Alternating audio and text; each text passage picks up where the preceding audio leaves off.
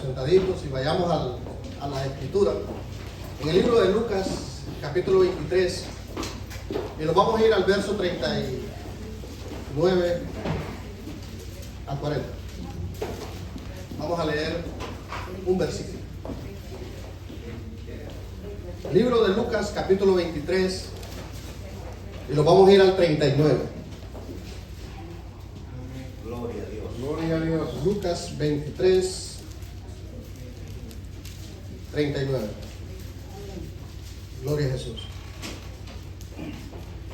Comparta la escritura para que todos podamos leer la palabra del Señor. Aleluya. Lucas capítulo 23, verso 39 al 40.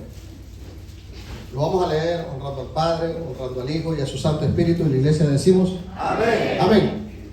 Y uno de los malhechores que estaban colgados le injuriaban, diciendo: si tú eres el Cristo, sálvate a ti mismo y a nosotros. Respondiendo el otro, le reprendió diciendo: ni aún temes tú a Dios, estando en la misma condenación. Pues Dios y Padre que esté en los cielos y en este lugar, Dios mío, yo le suplico, Padre, que esta palabra entre a los corazones de cada uno de nosotros, Padre. Yo le suplico, Padre, que en esta tarde me utilice, Dios mío, como ese instrumento, Padre, para llegar, Dios mío, a los corazones de mis hermanos, Señor. Oh, Padre mío, úsame, Señor. Aparta de Dios mío todo impedimento, Padre, para que tu palabra fluya, Señor. En el poderoso nombre de Jesús. Amén y amén. Yo les quiero hablar en esta tarde, tome asiento, mi hermano, bajo el tema, bajo la misma sentencia. Gloria a Jesús. Y me quiero introducir en el momento que Cristo estaba en la cruz del Calvario. La Biblia enseña que había dos malhechores colgados a la par de él, uno a la izquierda y uno a la derecha, y que uno de ellos le injuriaba. Bueno, la Biblia dice que al principio los dos le injuriaban, pero algo fue cambiando en el transcurso de los minutos, que uno de ellos le dijo al otro, lo reprendió y le dijo: no temes tú a Dios, estando, ya que nosotros estamos en la misma condición en la que se encontraba Jesús. Los dos ladrones y Jesús, el santo, y los malos, podemos decir, se encontraban bajo la misma condenación. ¿Cuál era la condenación? La muerte. Los dos estaban condenados a muerte. Y los dos y los tres estaban colgados de un madero. Para saber qué es la sentencia, es la resolución judicial que contiene la decisión de un juez acerca de algo jurídico o de un caso de acusación o liberación. Así que nuestro Señor Jesucristo lo habían sentenciado a la muerte. Al mismo tiempo, a estos dos ladrones también los habían sentenciado a la muerte. Y bajo esa misma condenación y bajo esa misma sentencia nos encontramos todos los que estamos aquí. Estamos bajo esa misma sentencia. Estamos bajo esa misma pena. Oh, gloria a Jesús. Y esa sentencia que está sobre cada uno de nosotros es: por tanto, todos pecamos, todos estamos destituidos de la gloria de Dios. Y la sentencia que hay para cada uno de nosotros es la muerte. Aleluya. La Biblia enseña que todos hemos fallado al Señor, que todos nos hemos apartado del Señor, que todos nos hemos desviado buscando nuestros propios deseos. No hay nadie que busque hacer lo bueno, no hay nadie que busque a Dios. No hay nadie que crea que necesitamos de Dios sin antes no pasar algo en su vida que lo pueda atraer o que pueda sentir que solo en Cristo está la solución. Aleluya. Porque muchos de nosotros confiamos en nuestros bienes, confiamos en el dinero, confiamos en la juventud, confiamos en la salud. Pero cuando es trastornado eso que nosotros creemos que es nuestra fortaleza, es ahí donde nosotros empezamos a ver al cielo. Es ahí donde nosotros empezamos a creer que hay respuesta en Jesús de Nazaret. ¿Cuántos lo creen conmigo? Amén.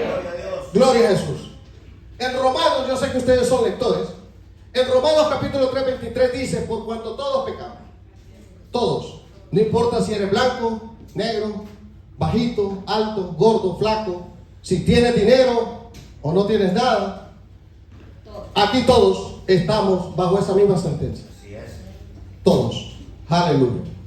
Y esa misma sentencia a nosotros y a Dios lo obliga a ejecutar esa sentencia. ¿Cuántos lo saben? Amén. Nuestro Dios es un Dios santo. Nuestro Dios es un Dios que no acepta cohechos. Y Él tiene que castigar el pecado. El pecado que a cada uno de nosotros ha venido heredado por nuestros padres, Adán y Eva, hasta llegar a cada uno de nosotros. La Biblia enseña que todos estamos bajo esa misma sentencia. En Colosenses capítulo 2 dice, y a vosotros estando muertos en pecado, y en la incircuncisión de vuestra carne os dio vida juntamente con Él, perdonándonos todos los pecados, anulando el acta de los decretos que había contra nosotros, que nos era contrario, quitándola de en medio y clavándola en la cruz. Y despojando a los principados y a la potestad, los exhibió públicamente, triunfando sobre ellos en la cruz. Hermano, aquí la Biblia nos está enseñando que había un decreto. Un decreto es un acta judicial extendido por un juez, en el cual, para poder borrar ese decreto, solamente es a través de un pago. No hay otra manera de poder hacer cumplir un acta judicial. Si a usted, mi hermano, se pasa un semáforo en rojo y la policía lo agarra, va a haber un decreto, va a haber una luz en rojo. ¿Cuál es la única manera para que ese pecado sea borrado de su cuenta? Es que usted lo pague. Amén. En las cosas naturales lo podemos pagar de dos maneras: con dinero o a través de la cárcel. Pero las cosas espirituales solo existe una manera para poder pagar ese decreto, para que ese decreto sea borrado, y eso es a través de la muerte.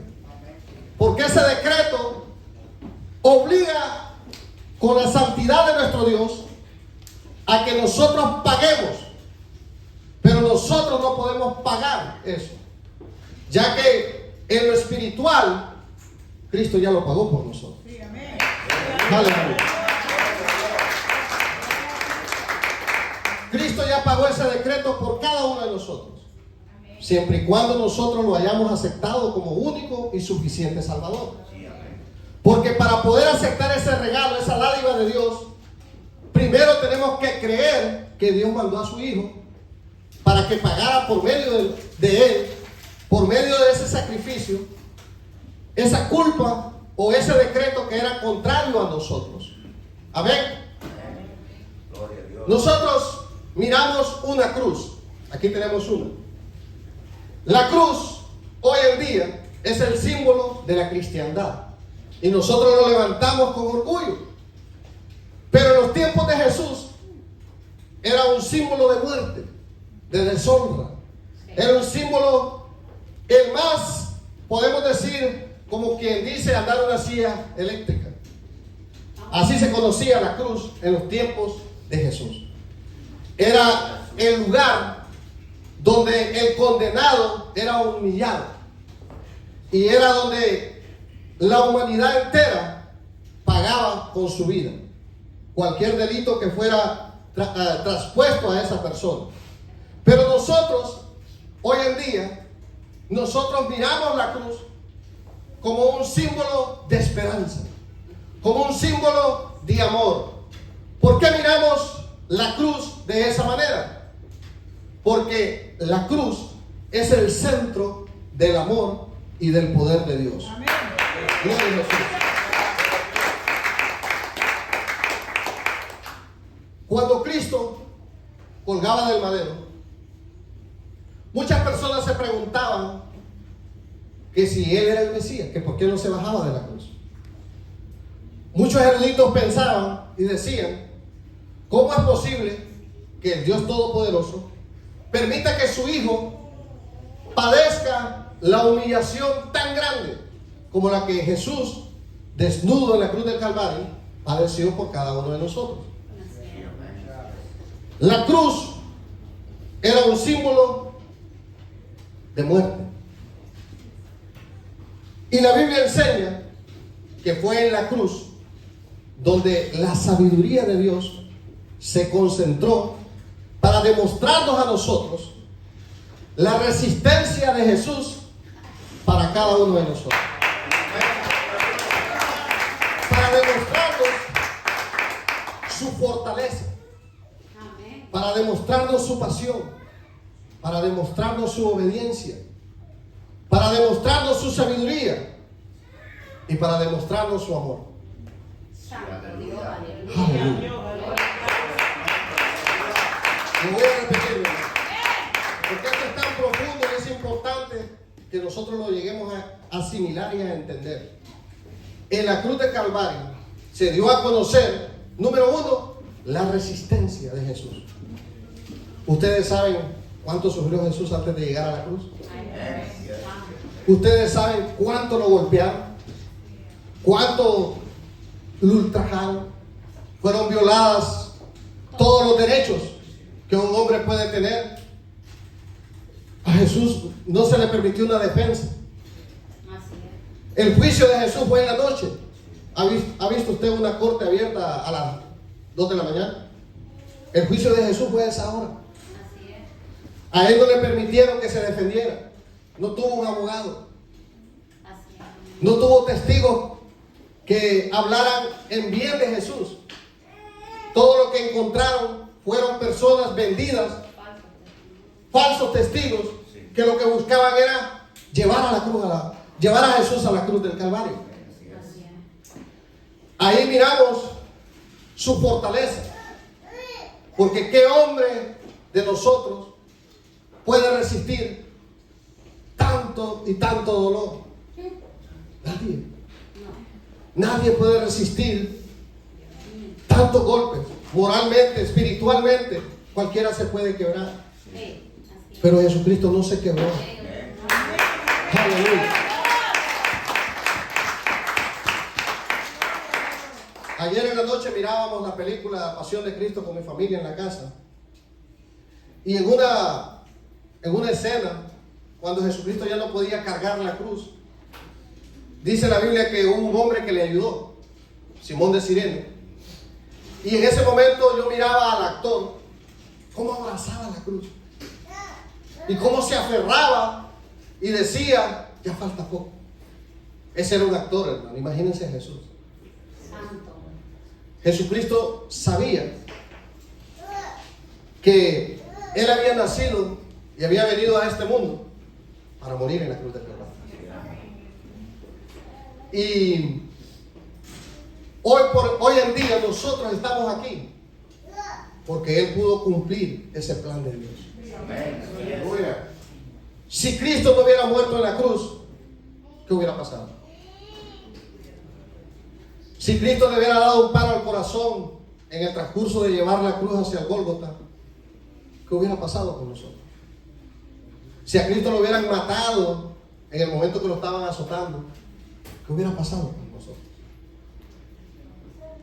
¿Se han preguntado ustedes eso? ¿Qué hubiera pasado si Jesús, estando en el Getsemaní, hubiera huido y se hubiera escondido? No hubiera oportunidad para nosotros. Amén, así es. Él sabía que tenía que llegar a la cruz. Él sabía que tenía que llegar al Gólgota. Él sabía que aunque las piernas le flaquearan, Él tenía que buscar fuerzas para seguir adelante.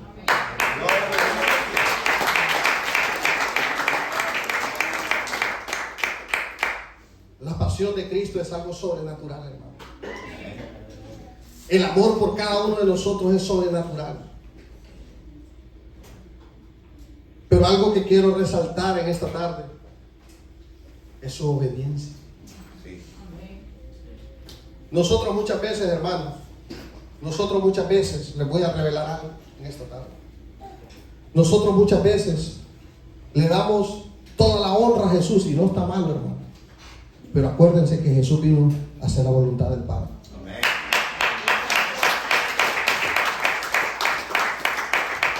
Jesucristo no hizo nada que el Padre no se lo ordenara. Sí, amén. Fue obediente hasta la muerte de cruz. Y cuando nosotros nos damos cuenta que la salvación comienza con el Padre, el Hijo le ejecuta y el Espíritu Santo nos da fuerza.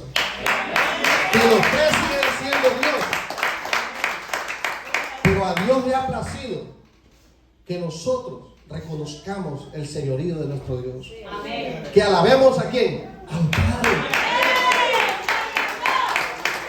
Nuestro agradecimiento tiene que ser al Padre y también al Hijo. Eso es lo que la Biblia a nosotros nos enseña. Amén. Aleluya. La obediencia de Jesucristo, hermanos, es algo que hasta el día de hoy no es entendido por la psiquiatría, ni por los filósofos, ni por nadie, ni por la sabiduría, ni por la filosofía, ni por ninguna ciencia es entendido el sacrificio de Jesús. Porque aún estando en la cruz, hermano, cuando deciden darle vinagre, ¿saben lo que le estaban dando? Le estaban dando algo para que él no sintiera. Un calmante, como dice mi hermano. Y él rechazó beber eso. ¿Saben por qué lo rechazó? Porque en la humanidad de él quería cumplir la voluntad del Padre. Y cada uno de nosotros, hermano, cada dolor, cada latigazo que él sufrió, a Jesús le dolió y quiso estar en sus 5 sentidos para poder vencer.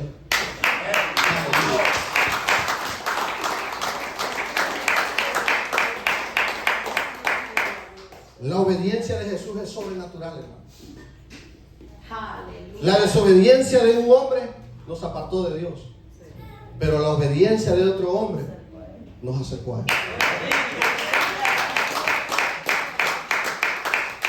Si hay algo de que los que somos padres aquí nos sentimos orgullosos de nuestros hijos, es la obediencia de nuestros hijos. Amén. Nuestros hijos podrán tener puros diplomas A, hermano, y llenar la pared, pero si es un malcriado, usted no va a sentir orgullo por él. Así es. ¿Qué es lo que hace sentir orgullo por los hijos? La obediencia. La obediencia. Amén. Que cuando usted le diga lave los trastes, no arrugue la cara, sino que lo haga con esa dedicación. Cuando usted le diga, hijo, levántese y barra, que no arrugue la cara. Amén. Aleluya. Eso es lo que uno quiere de sus hijos, que obedezcan. No hay mejor, se puede decir, alegría para un padre que sus hijos sean obedientes. Amén. Gloria a Dios. Aleluya. Imagínense el padre cómo se sentía con Jesús.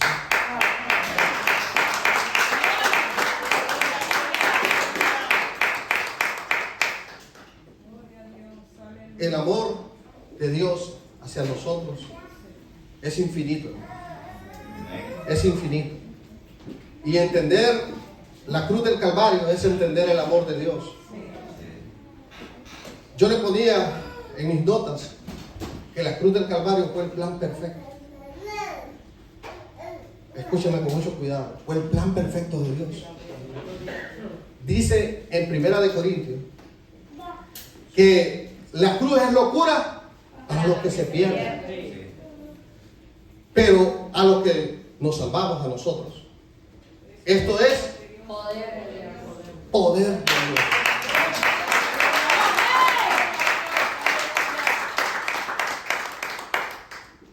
Dice también que los griegos buscan sabiduría y los judíos buscan señales. Y nosotros los gentiles, ¿qué buscamos? Aleluya. Reino de los cielos. Y la sabiduría de Dios estaba concentrado en la cruz del Calvario. Gloria.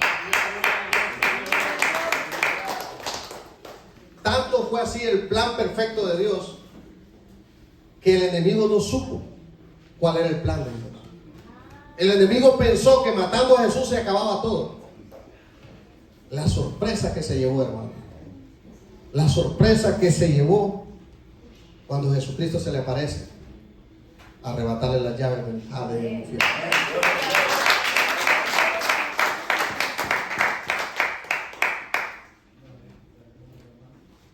Hubo un hombre llamado Job. Ustedes conocen la historia de Job. Así es. Que fue un hombre que dio testimonio de que era un hombre íntegro. Pero Job tenía 3 amigos. Y en el momento que Job se encontraba débil, se encontraba enfermo y se encontraba prácticamente arruinado, se le aparecen estos 3 amigos.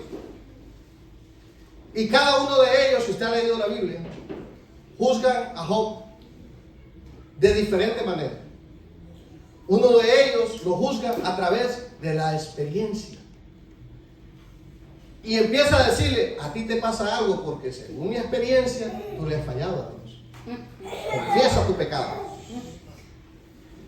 Y según la experiencia de este hombre, que era un erudito de la palabra, empieza a querer sacarle a Job que él diga algo que él no había hecho. Y hasta casi lo obligaba, confiesa tu pecado. Y en el momento que lo confieses, te vas a sanar. Terminó este hombre de hablar y de juzgar a Job. De ahí se le acerca el próximo amigo y empieza a juzgar a Job a través de las tradiciones. Tú estás así porque hiciste esto. Y a raíz de eso, tú vives así. Y el otro amigo, para resumirlo, trató de entender lo que le estaba pasando a Job, o la enfermedad de Job, o el padecimiento de Job, a través de la razón. Yo les pregunto, ¿cómo nosotros podemos entender la mente de Dios? Aleluya. ¿A través de la experiencia? ¿A través de las tradiciones? ¿O a través de la razón? ¿Con cuál de los 3? Con ninguna de las 3. Y el problema de la cristiandad es que nosotros miramos las cosas espirituales con la razón. Y la Biblia dice que para la mente finita es locura la cruz.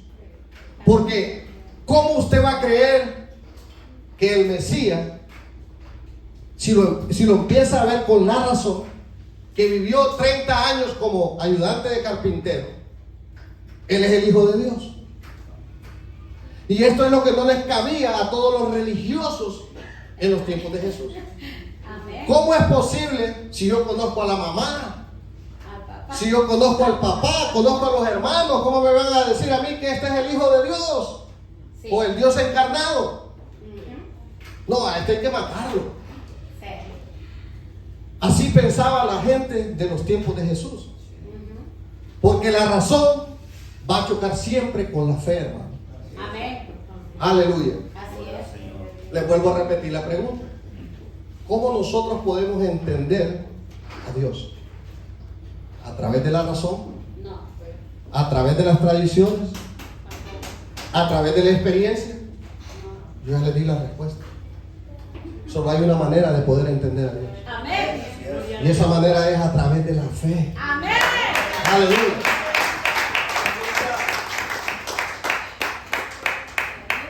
En Job capítulo 42, 7, se aparece Dios y le dice a Elifaz Temanitas: mira, le dice, mi ira se encendió contra ti y tus 2 compañeros, porque no habéis hablado de mí, los reyes, como mi siervo. Muchas veces nosotros pensamos y agarramos la Biblia para juzgar al hermano, sin saber que lo que el hermano está pasando es un propósito de Dios. Existen propósitos de Dios para promoverlo a otro nivel. Gloria a Dios. Y esos propósitos de Dios muchas veces es necesario que caminemos solos. Amén. Y que solo Jesús vaya con nosotros. Amén. Gloria a Jesús. Y ese caminar ese caminar de Jesús a la cruz del Calvario, si nosotros lo miramos con la razón, como lo miraron los griegos, dijeron: ¿qué Dios tan poderoso va a permitir que su hijo sea colgado en un madero? Pilato le dijo: ¿tú eres el Hijo de Dios? Jesucristo le contestó: tú lo has dicho. Si mi reino fuera de este mundo, ¿tú crees que mis seguidores me hubieran permitido de que a mí me apresaran? Nunca. Si el reino de Jesús hubiera sido rebelarse contra el imperio romano, ¿ustedes creen que Dios hubiera permitido de que a su hijo lo mataran como lo mataron? No. ¿Que lo azotaran como lo azotaron? No, no hubiera permitido el Señor. Así es. En la mente y en la razón eso no entra. ¿Por qué? Porque nosotros somos cortos de vista y decimos: Señor, pero si yo te sirvo, ¿por qué me está pasando esto? Señor, pero si yo te sirvo, ¿por qué yo no tengo trabajo? Señor, si te sirvo, solo a mí se me arruina el carro. Y empezamos a discernir todo con la razón, cuando hay algo encerrado en la santa voluntad de nuestro Dios. Gloria a Dios. Pablo dice: pero si predicamos a Cristo, que resucitó de los muertos, como dicen algunos entre vosotros que no hay resurrección de los muertos, porque si no hay resurrección de los muertos, pues tampoco Cristo resucitó.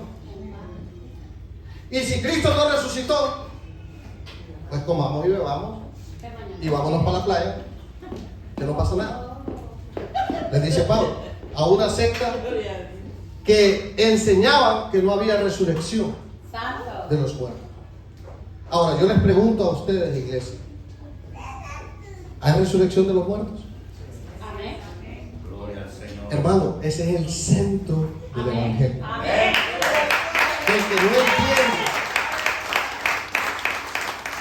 que el evangelio de Jesús comienza en la cruz del Calvario, Amén. en el sacrificio de amor de Jesús, Aleluya. pero que al mismo tiempo Jesucristo Dios lo levantó de los muertos Aleluya. y resucitó con poder y gloria. Sí, Y Señor. que gracias a ese sacrificio de amor y que gracias a lo que Jesús hizo, hoy nosotros podemos levantar bandera de victoria. El poder de la iglesia se encuentra en la resurrección de Jesús. La resurrección de Jesús es el clímax, aleluya, de la sabiduría, del poder de Dios. Amén.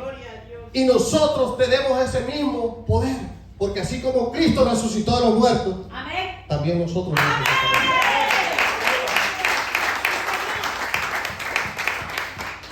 Si no hubiera resurrección, comamos y bebamos, Que mañana morir. que mañana vamos a morir y no pasa nada, Adiós, mundo. ¿verdad?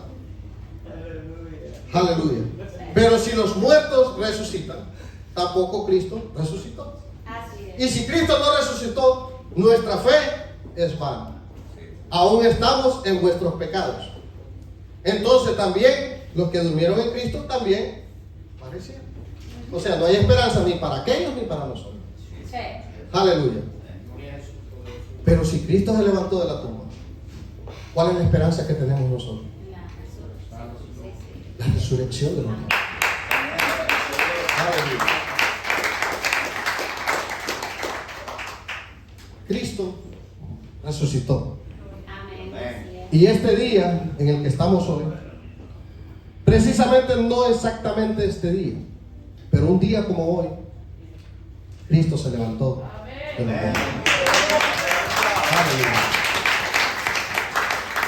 Algo que les quiero compartir, hermano, es que la cruz y la resurrección de Jesús no fue el plan B de Dios. Siempre ha sido el plan A de Dios. Y nosotros, los estudiosos de la palabra, los que estudiamos la Biblia, podemos llevar una línea secuencial donde la encontramos en el Génesis. Cuando Adán y Eva pecaron, hubo la muerte de un inocente, un animal. para poder cubrir el pecado de Adán y Eva. Amén. Más adelante se le instruyó a Caín y Abel que se presentaran con una ofrenda y ellos llevaron a un cordero, presentándose para sacrificarlo y demostrar su obediencia de la manera que Dios había estipulado que nos presentemos ante Él. Más adelante encontramos a Abraham con Isaac, que lo iba a sacrificar. Ese es un tipo de Cristo tomando el lugar de Isaac.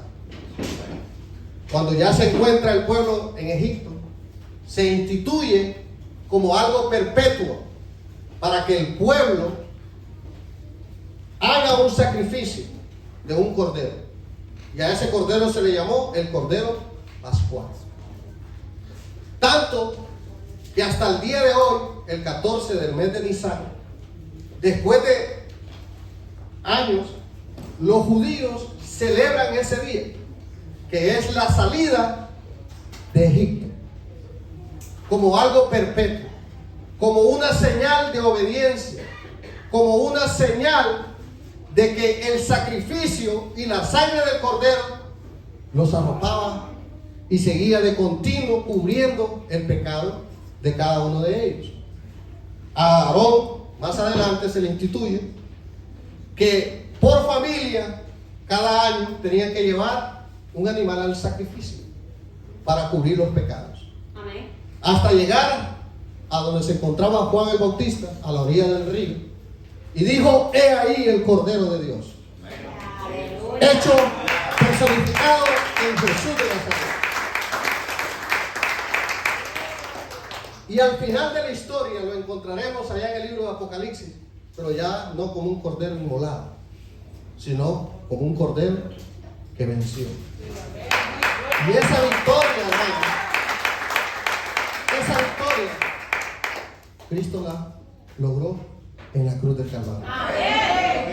Fue en la cruz del Calvario donde Él, aleluya, pensaba en cada uno de nosotros. Gracias, Señor. En cada uno de nosotros. Gracias, Padre. Cada vez que a Él lo golpeaba, cada vez que Él miraba qué tan largo estaba el Gólgota, Él se acordaba y decía: tengo que llegar al Gólgota. ¿Por qué? Porque si Él no hubiera llegado, ¿a dónde hubiera quedado Yuli? ¿A dónde hubiera quedado Mario? Así es. ¿A dónde quedaríamos cada uno de nosotros Así es. si Cristo no hubiera vencido Gracias, Señor. en la cruz del Calvario?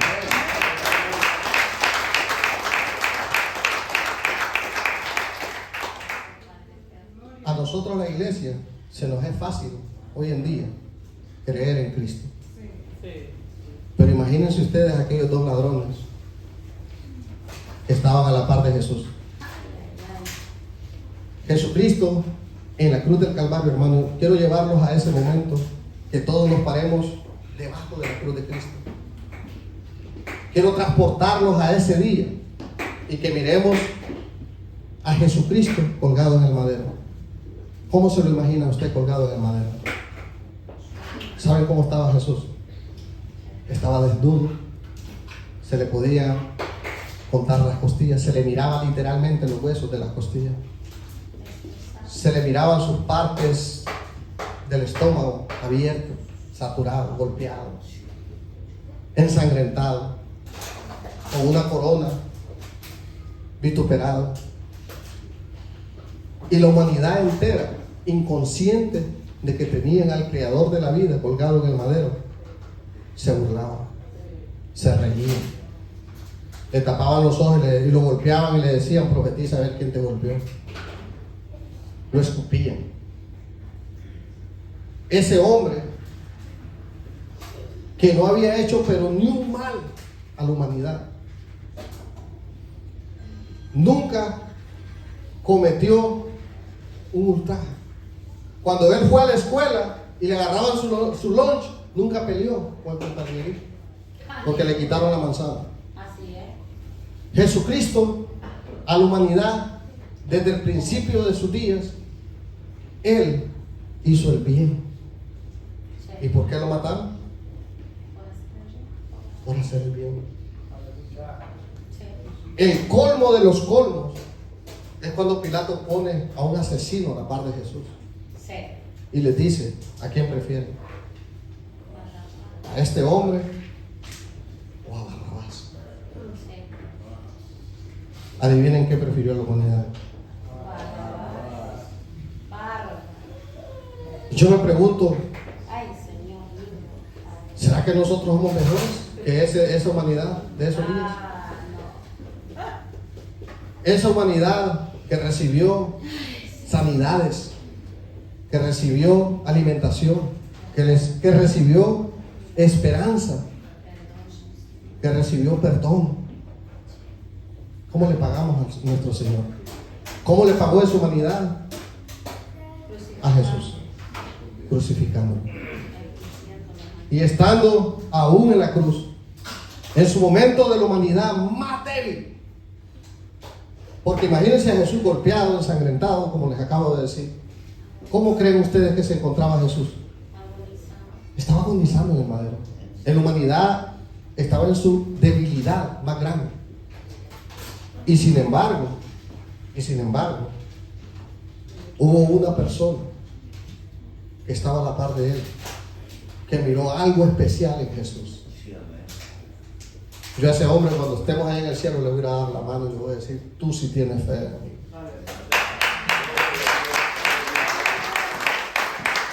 Porque es fácil creer cuando estamos en el pico de nuestra fuerza, Sí.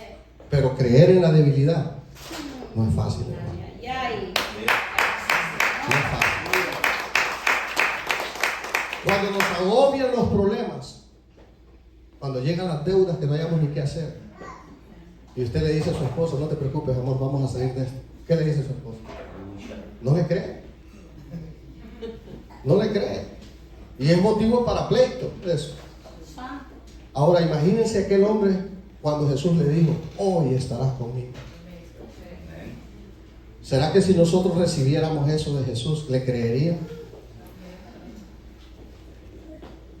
¿Será que nosotros tenemos, aunque sea un poquito de fe, de la que tuvo este hombre? Porque en el momento donde las papas queman, como dicen en mi pueblo, es donde nosotros salimos corriendo y nos olvidamos del cristianismo. Santo. En el momento donde no hay comida en la refri, donde solo sale humo de la refrigeradora, ¿será que es fácil creer en Dios? A ver, gloria a Dios. ¿Será que cuando no hay trabajo y ya viene la renta, para nosotros nos es fácil creer en Dios? Bendito sea Dios. Ahí es donde nos llega la prueba. Y todos nosotros, en algún momento de nuestra vida, pensaremos en tirar la toalla. Sí. Amén. Pero llévese este mensaje, hermano, en su corazón. Gloria a Dios. Llévese este mensaje en su corazón. Que aún en la debilidad, aún en el momento que parece que todo se acabó, hubo alguien que dijo que Jesucristo había fracasado en la cruz del Calvario. Hubo alguien que dijo también que había fracasado porque se había juntado con pescadores y desletrados. Aún para la perspectiva humana, mirar a Jesús en la cruz es pensar que Él fracasó, que Él falló. Mirar a Jesús ensangrentado, Gloria a Cristo. mirarlo golpeado, mirarlo humillado, es pensar que Dios se había equivocado. Pero Cristo y Dios no se habían equivocado. Y no importa cómo se encuentre usted en esta tarde, mi hermano, Dios no ha dicho la última palabra. Todavía no ha sonado la campana. Todavía hay esperanza. Y nuestra esperanza se encuentra en Jesús. Ahí se encuentra nuestra esperanza. Y es importante que aprendamos nosotros a creerle a Dios en los momentos más difíciles. Porque en los momentos de prosperidad es fácil, hermano. Así es. En los momentos donde todo es jijiji, jojojo, es fácil. Pero ¿qué pasa cuando miramos a nuestros hijos en la rebeldía? ¿Qué pasa cuando nuestro matrimonio está a punto de romperse?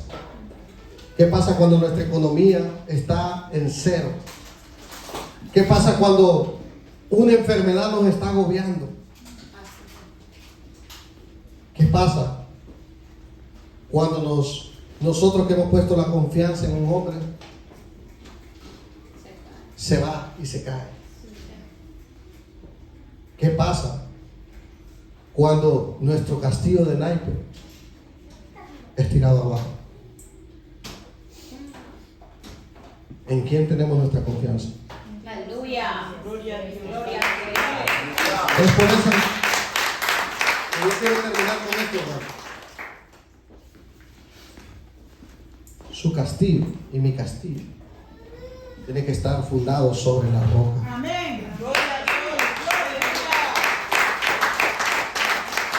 Dios. Su castillo y mi castillo tiene que estar fundamentado en la roca. Para que cuando vengan vientos, Aleluya. para cuando el hombre le falle a usted, para cuando ya no sienta ganas, su pareja lo abandone, para cuando las cosas se vean negras, su mirada tiene que estar siempre en Jesús.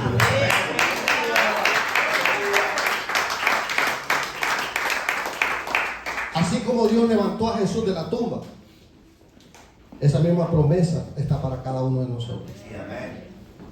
Todavía no se ha terminado. Todavía estamos en esta tierra. Y hasta el momento no hemos ganado nada. Pero nuestra fe tiene que estar puesta en Jesús. Para que en los días de lluvia no desmayemos, sino que sigamos adelante, confiando en Jesús. Póngase sobre sus pies, hermano. Quiero hacer una pequeña oración. Hay una alabanza que me toca tanto, hermano, en mi corazón. Cuando yo la escucho, yo me pregunto, ¿qué miró Dios en nosotros? Cuando nosotros lo único que somos, hermanos, somos bipolares. Hoy estamos que brincamos y mañana no queremos acercarnos al punto. La Biblia dice que Dios no nos ha pagado conforme a lo que nosotros nos merecemos, sino que su misericordia ha sido tan grande, que cuando yo me veo en el espejo y digo, Mario, ¿cómo te conoce Dios a ti? Cuando me paro enfrente del espejo y veo lo contradictorio que soy, cuando veo mis fallas, cuando veo mis hipocresías, cuando veo cada vez que al Señor le fallo, yo le digo al Señor, gracias Señor, porque hasta este momento no me has matado, sino que me das una oportunidad más. Y no entiendo ese amor tan grande que tú tienes para con cada uno de nosotros. Oh Dios y Padre que esté en los cielos y en este lugar, Señor. Yo no entiendo qué tanto amor tienes por cada uno de nosotros, Señor. Simplemente te doy gracias, Señor. Porque mereciendo la muerte, Padre, tú me regalas vida. Porque mereciendo la condenación, Dios mío, tu misericordia me abraza, Señor. Y me extiendes el perdón, Dios mío, de mis pecados. Y me prometes cielo nuevo y tierra nueva, Dios mío. Y me prometes, Dios mío, que la muerte no me